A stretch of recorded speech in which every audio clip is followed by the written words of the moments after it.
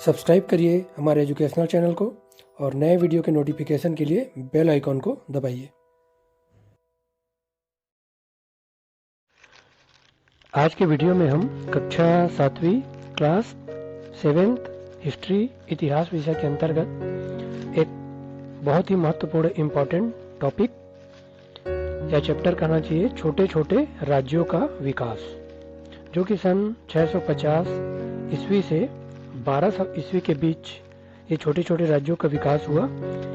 इस टॉपिक से जुड़े हुए इम्पोर्टेंट जितने भी पॉइंट्स हैं उसको हम जीके और सामान्य ज्ञान की दृष्टि से भी जानेंगे, जो कि कक्षाओं के साथ ही साथ विभिन्न कॉम्पिटिटिव एग्जाम के लिए भी ये जो वीडियो है वह इम्पोर्टेंट है, महत्वपूर्ण है। तो शुरू से आखिरी तक आप हमारे वीडियो के साथ जुड़े रहिए, क्योंकि इसमें सभी इम्पोर्टेंट पॉइंट को इस टॉपिक से जुड़ा हुआ शामिल किया गया है। साथ ही साथ वीडियो के डिस्क्रिप्शन में आप हमारे एजुकेशनल वेबसाइट से जुड़कर अपना सेल्फ असेसमेंट और महत्वपूर्ण इम्पोर्टेंट एजुकेशनल मटेरियल वहां से प्राप्त कर सकते हैं। तो चलिए शुरू करते हैं आज का वीडियो। आप मैप देख पा रहे हैं, 650 से 1200 ईस्वी के बीच प्रमुख जो राजवंश हुए वे इस मैप में आपको मिल जाएंगे। अब आगे बढ़ते हैं। सन क्या हुआ, 647 ईस्वी में राजा हर्षवर्धन की क्या हो गई, मृत्यु हो गई। और जब हर्षवर्धन की मृत्यु हुई उसके बाद क्या हुआ, जो अगले 600 वर्षों का जो शासन काल था उसमें क्या हुए, भारत में कोई बड़ा राज्य नहीं बना, क्योंकि जो राज्य बने वे क्या थे, बहुत छोटे छोटे बने। और इनके छोटे छोटे बनने के प्रमुख कारण जो रहे वे थे, क्या कारण रहे उनको भी जानेंगे। साथ ही साथ उस काल में जो छोटे छोटे राज्य बने उनके प्रमुख राजा कौन थे और उनमें शासन व्यवस्था कैसी थी, उसके बारे में आज के वीडियो में हम विस्तार से जानेंगे। सबसे पहले जानते हैं कि जो नए राजा बने और राजवंश बने वे कैसे बने, किन परिस्थितियों में ये राजवंश बने और क्या इनके कारण थे, उसे सबसे पहले समझने की कोशिश करते हैं। तो क्या हुआ, शक्तिशाली राजाओं के उत्तराधिकारी उतने योग्य नहीं हुए। स्वाभाविक सी बात है कि अगर कोई राजा शक्तिशाली है और उसका उत्तराधिकारी, उसका सुपुत्र या जो शासन करने वाले हैं आगे, अगर वह योग्य नहीं है तो आने वाला जो उनका शासन है, उनका जो वहाँ का राज्य है वह कमजोर होने लगता है। इस कारण वहाँ के जो उनके राज्य के जो सामंत हुए, प्रमुख हुए, सामंत प्रमुख हुए, सेना प्रमुख हुए, उन्होंने क्या किया, उन राजाओं से शासन को हथिया लिया, या तो विद्रोह करके या किसी अन्य तरीके से सैनिकों को अपने साथ शामिल करके उन शक्तिशाली राजाओं को के शासन को क्या किया, उन्होंने सामंत प्रमुख और सेना प्रमुखों ने हथिया लिया। तो शक्तिशाली योद्धाओं ने क्या किया, और अपने साथियों के साथ मिलकर कमजोर कबीलों और बस्तियों पर आक्रमण, अटैक करके वहां पर अपना अधिकार स्थापित कर लिया। जो कमजोर थे, बस्तियां, कबीले थे, वहां अपना अधिकार स्थापित कर लिया शक्तिशाली योद्धाओं ने, और खुद को वहां का क्या किया, राजा घोषित कर दिया कि भाई मैं यहाँ का राजा हूँ। उदाहरण के लिए जैसे हम जान सकते हैं, राजस्थान में जोधपुर एक स्थान है के पास पटियाला से मिले एक शिलालेख से क्या पता चलता है कि इस क्षेत्र में जो प्रतिहार वंश के लोगों का शासन जो हुआ था इसी तरह से स्थापित हुआ था। उसी प्रकार जबलपुर के निकट त्रिपुरी राज्य के कलचुरियों ने छत्तीसगढ़ में भी इसी प्रकार अपना शासन स्थापित किया था।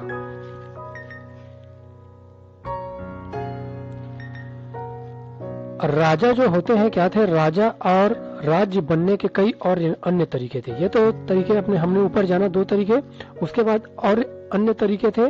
जैसे कई लोगों ने जमीन के क्या किए, बड़े बड़े टुकड़े पर अपना अधिकार कर लिया और उस इलाके पर उनका दबदबा बढ़ने लगा। और क्या हुआ, जमीन को हथिया लिया तो जमीन पे उपज अच्छी होने लगी। उपज अच्छी होने लगी तो वे क्या होने लगे, धीरे धीरे संपन्न होने लगे। और संपन्न होने लगे तो इससे क्या हो गए, वे परिवार को अन्य परिवारों से क्या करने लगे, अपने को श्रेष्ठ और ऊंचा सिद्ध करने लगे। और इसको ऊंचा सिद्ध करने के लिए उन्होंने एक और कार्य किया। वे कार्य क्या थे, उन्होंने अपना वंश का भले वे किसी भी वंश के रहे हो, पर अपने वंश का संबंध देवताओं तथा ऋषियों से जोड़ने लगे। जैसे कि उदाहरण के लिए बंगाल में क्या हुआ, एक वंश था पाल वंश। तो जो पाल वंश था उन्होंने क्या किया, मध्य भारत में कलचुरियों का उत्थान इसी तरीके से हुआ। बंगाल में पाल वंश और मध्य भारत में कलचुरियों का उत्थान इसी तरीके से हुआ। तो ये थे किस तरीके से राज्य बने, राजा छोटे छोटे राज्य स्थापित हुए, राजाओं ने अपना साम्राज्य स्थापित किया, उसके बारे में हमने जाना। अब जानते हैं उस समय 650 ईस्वी से 1200 ईस्वी के बीच ब्राह्मणों और भाटों की क्या भूमिका थी। साथ ही साथ जानेंगे भाट क्या होते थे, वे क्या कार्य करते थे, इसके बारे में भी हम विस्तार से जानेंगे। तो इन ताकतवर परिवारों को राजवंश के रूप में स्थापित करने और राज्य की व्यवस्था बनाने में ब्राह्मणों ने बड़ी सहायता की। तो कैसे सहायता की उन्होंने, तो उन्होंने क्या किया, उन दिनों धर्म, ज्ञान और राजकाज चलाने के ज्ञाता के रूप में ब्राह्मणों की बड़ी प्रतिष्ठा थी। इसीलिए उत्तर और दक्षिण दोनों ही क्षेत्रों में राजाओं ने गंगा यमुना तट पर बसे ब्राह्मणों को क्या किया, अपने राज्य में बसाना शुरू कर दिया। ब्राह्मण कहाँ बसते थे उस समय, गंगा यमुना तट पर बसते थे। तो उत्तर और दक्षिण में जो राजवंश स्थापित हुए उन्होंने उन्हें अपने राज्य में बसाना शुरू कर दिया। तो राजा जो थे ब्राह्मणों को क्या करते थे, अपने राज्य में बसाने के साथ साथ वे कभी कभी पूरे के पूरे गांव या गांव से प्राप्त होने वाला जो लगान था, टैक्स था, कर था, उसको क्या करते थे, पूरा का पूरा ब्राह्मणों को दान में दे देते थे। और इन आदेशों को प्रमाण में रखने के लिए इन्हें वे क्या करते थे, ताम्र पत्र पर खुदवा देते थे। ब्राह्मण राजाओं की क्या करते थे उस समय, ब्राह्मणों का क्या कार्य था, ब्राह्मण राजाओं की वंशावली बनाते थे, उनके वंशावली बनाते थे, जिनमें उन्हें चंद्र, सूर्य या किसी महान ऋषि का वंशज बताया जाता। भले वे किसी भी वंश के हो, पर उन्हें वंशावली जब बनाते थे ब्राह्मण तो उन्हें सूर्य, चंद्र या किसी महान ऋषि का वंशज बताया जाता। साथ ही समाज में राजा की श्रेष्ठता को स्थापित करने के लिए ब्राह्मण उनसे बहुत सारे यज्ञ करवाते थे। तो वे यज्ञ जैसे कि राजसूय यज्ञ, अश्वमेध यज्ञ, ये थे वे ब्राह्मण क्या करते थे, करवाते थे। साथ ही साथ भाट जो थे, भाटों ने भी राजवंशों की प्रतिष्ठित करने में अपनी महत्वपूर्ण भूमिका निभाई। अब जानते हैं भाट कौन थे। इस युग में समूचे उत्तर भारत में भाट परंपरा दिखाई देती है। और भाट क्या होते थे, दरबारी कवि होते थे। राजाओं के दरबार में ये रहते थे, उन्हें दरबारी कवि होते थे, उन्हें भाट कहा जाता था, जो स्थानीय भाषा में राजा और उनके पूर्वजों की प्रशंसा में गीत गाकर राजा और उनके वंश के प्रति लोगों के मन में श्रद्धा और गर्व के भाव जगाते थे। तो ये थी भाट लोगों की भूमिका, जो दरबारी कवि थे। ये प्रश्न पूछे जाते हैं अक्सर विभिन्न कॉम्पिटिटिव एग्जाम और परीक्षाओं में, भाट कौन होते हैं, कौन होते थे, इस तरीके से। उस समय छत्तीसगढ़ में क्या थी, चारण कवि की परंपरा थी। खैरागढ़ के राजा लक्ष्मी निधि राय के दरबार में एक कवि था, दलराम राव। इन्होंने अपनी कविताओं में राजा की प्रशंसा के साथ ही पहली बार छत्तीसगढ़ नाम का प्रयोग किया था। यह भी पूछा जाता है पहली बार छत्तीसगढ़ नाम का प्रयोग किसने किया, तो कवि दलराम राव ने किया था। अब हम जानते हैं अधिपति राजा और सामंत राजा। ये अक्सर कंफ्यूजन या बहुत सारे लोगों में डाउट होता है कि अधिपति राजा कौन होते थे, सामंत राजा कौन होते हैं। इसके बारे में अब हम आगे जानेंगे। तो क्या होता था, राजाओं की संख्या बढ़ने से भूमि और अधिकार क्षेत्र के विस्तार को लेकर क्या हुआ, वे अपना विस्तार आगे से और बढ़ाना चाहते थे। तो अनेक युद्ध होने लगे उस समय, और इन दिनों जब युद्ध होता था तो जो राजा हार जाते थे, जिन्हें आमतौर पर अपने राज्य वापस मिल जाते थे, जो राजा किसी अन्य राजा से हार जाता था तो हारा हुआ जो राजा होता था उन्हें अपना राज्य वापस मिल जाता था। पर बदले में क्या करना पड़ता था, विजयी राजा की, जो जीता हुआ राजा था, उनकी कुछ शर्त को मानना पड़ता था। क्या क्या शर्तें थी वे? पराजित राजा को यह स्वीकार करना पड़ता था कि विजयी राजा क्या है, उनका स्वामी है। और इसमें विजयी राजा जो होता था, जीता हुआ जो राजा होता था, उसे क्या कहा जाता था? अधिपति राजा कहलाता था। और जो पराजित राजा, जो हार जाता था राजा, उसे क्या कहते थे? उनका सामंत कहलाता था। इस तरीके से स्पष्ट होता है, अधिपति राजा, जीता हुआ राजा, और जो हारा हुआ रहता था वह सामंत राजा या सामंत कहलाता था। और यह दिखाने के लिए कि यह किसी के अधीन है, तो स्पष्ट भी होना चाहिए कि कौन सा राजा अधिपति राजा है, कौन सा सामंत राजा है। तो उस समय उसको दिखाने के लिए क्या एक तरीका अपनाया जाता था? तो पराजित राजा को, जो हारा हुआ राजा था, उसको अपने नाम के आगे यह बात लिखनी पड़ती थी।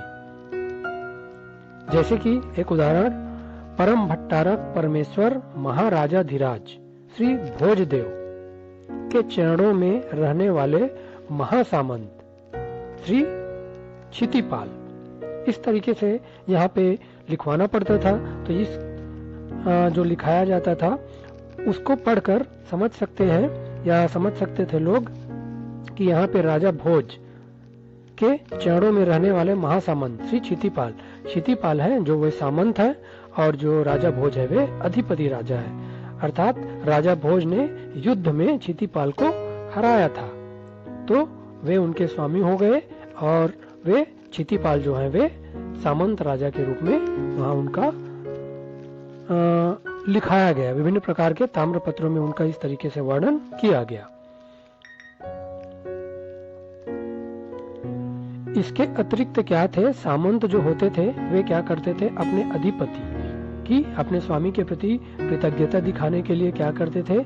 उन्हें समय समय पर मूल्यवान भेंट, गिफ्ट दिया करते थे। वर्तमान भाषा में बोले तो मूल्यवान भेंट दिया करते थे।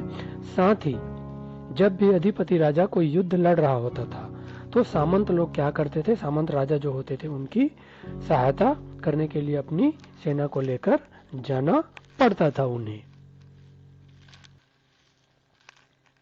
तो इस तरीके से स्पष्ट होता है अधिपति राजा और सामंत राजा। सन 800 ईस्वी से लगभग 1000 ईस्वी तक उस समय के जो समयावधि रहा, कालखंड रहा, तो उस समय उत्तर पूर्वी और मध्य भारत, दक्षिण में 3 बड़े प्रभावशाली राजवंश बने। वे 3 बड़े प्रभावशाली राजवंश कौन कौन रहे? उत्तर भारत में रहा प्रतिहार वंश, पूर्वी भारत में पाल वंश, और दक्षिण भारत में राष्ट्रकूट वंश मुख्य रूप से रहे। और इन तीनों वंशों के राजा क्या करते थे? कन्नौज पर अधिकार करने के लिए,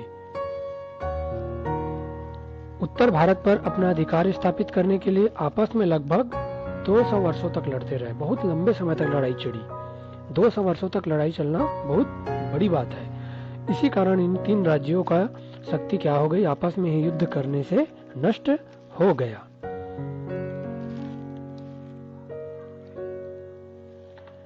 छत्तीसगढ़ में कलचुरी हयावंशी वंश के राजा उस समय राज्य करते थे। इसमें कलिंग राज रत्नदेव, जाजल देव आदि प्रमुख थे।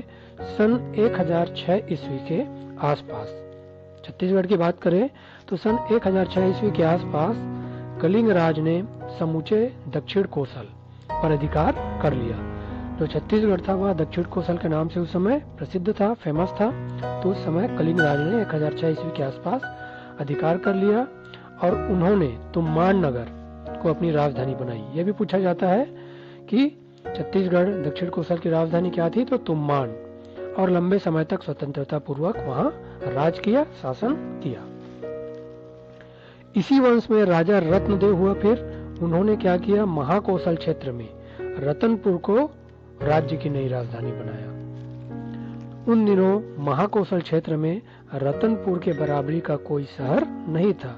मतलब बहुत ही ज्यादा समृद्ध शहर था यह रतनपुर जो। इस समय मध्य भारत में परमार वंश के राजाओं का शासन था और इस वंश के राजाओं में सबसे प्रसिद्ध जो राजा हुआ वह था राजा भोज। और भोज ने सन 1000 ईस्वी से 1035 ईस्वी तक शासन किया।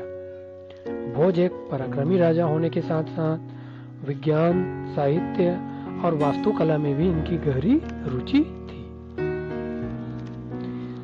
इसी समय क्या हुआ, एक मध्य एशिया का एक शक्तिशाली शासक हुआ जिसका नाम था महमूद गजनवी। उसने सन 1000 ईस्वी से 1025 ईस्वी तक कई बार उत्तर पश्चिम भारत के राज्यों पर क्या किया, आक्रमण किया और यहाँ से धन लूटकर अपने राज्य वापस चला गया। महमूद गजनवी के राज्य में एक विद्वान रहता था जिसका नाम था अल-बरूनी और यह गणित, खगोल शास्त्र और अलग अलग धर्मों का गहराई से अध्ययन करने भारत आया था। ये प्रश्न पूछा जाता है, अल-बरूनी कौन था, किस काल में आया और क्या करने आया था? तो ये है वह खगोल शास्त्र, अलग अलग धर्मों का गहराई से अध्ययन करने आया था और यहाँ आकर उसने संस्कृत भाषा सीखी और कई वर्षों तक रहकर यहाँ पर जगह जगह भ्रमण करके पुरानी पुस्तकों का अध्ययन किया। अल-बरूनी ने अपने देश लौटने के बाद सन 1030 ईस्वी में अरबी भाषा में एक किताब लिखा जिसका नाम था तहकीक-ए-हिंद। अल-बरूनी द्वारा लिखा गया पुस्तक का नाम क्या है? तहकीक-ए-हिंद। इस किताब में उसने भारत के लोगों, उनके धर्म, रीति रिवाज, विज्ञान, गणित और खगोल शास्त्र आदि के बारे में विस्तार से लिखा है। अब जानते हैं दक्षिण भारत के राजवंश।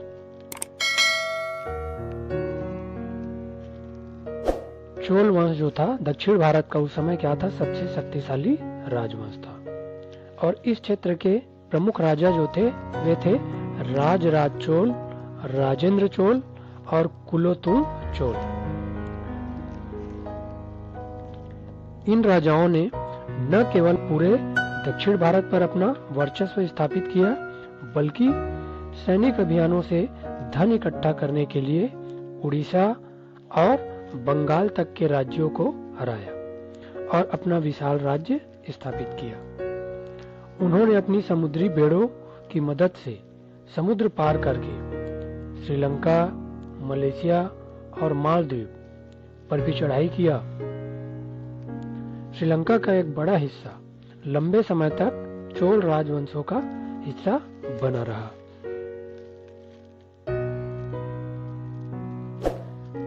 ये चित्र आप देख पा रहे हैं, राजराज चोल द्वारा बनवाया गया ये तंजावुर का या वृहदेश्वर का राजराजेश्वर मंदिर का चित्र है।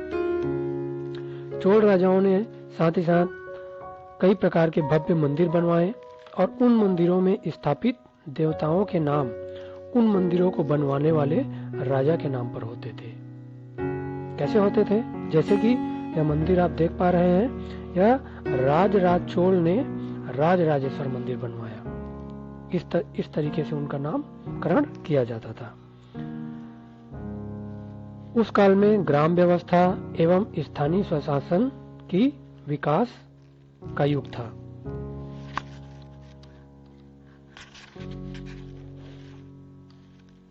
तो आज के वीडियो में हमने छोटे छोटे राज्यों के विकास के अंतर्गत सन 650 से 1200 ईस्वी के बीच से जुड़े हुए इम्पोर्टेंट जो पॉइंट्स थे उसके बारे में जाना।